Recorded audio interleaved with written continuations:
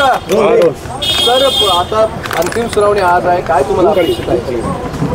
आज आता एक गोष्ट निश्चित आहे की जन्मठेप किंवा फाशी त्या दोनपैकी कोणते निर्णय न्यायालय देते ते आज आपण बघूया. आणि बाकी दोघांना जो पुरावा नष्ट केल्याबद्दल त्यांच्यावर जे आरोप सिद्ध झालेले आहेत त्यामुळे त्यांना किती शिक्षा मिळते हे देखील एक महत्त्वाचा फॅक्टर ठरेल. कारण न्यायालयाने सांगितले की जी शिक्षा मुख्य आरोपीला होईल त्याच्या अनुषंगाने त्यांच्या शिक्षेची म्हणजे मुदत पण ठरवली जाईल. तर बघूया मग काय होते किती होते. सर तुमची मागणी म्हणजे कुटुंबाची मागणी आहे, तुमची मागणी आहे की प्रकारे हे हत्या करण्यात आली तर फाशी शिक्षा व्हावी वगैरे?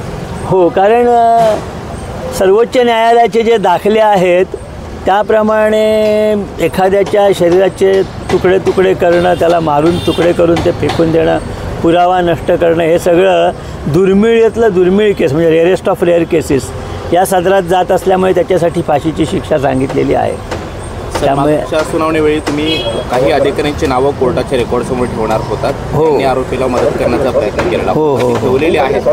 हो, आरोपीला म्हणजे मी न्यायालयाला लेखी स्वरूपामध्ये ज्यांनी ह्याच्यामध्ये जाणीवपूर्वक त्रुटी ठेवल्या त्यांची नावं दिलेली आहेत. त्यांनी जाणीवपूर्वक दुर्लक्ष केलं आणि या केसमध्ये जितका विलंब होईल तेवढा बघितला किंवा आरोपी जितका त्यातनं वाचवला जाईल असे प्रयत्न ज्यांनी केले त्या सगळ्यांची नावं मी न्यायालयाला दिलेली आहेत.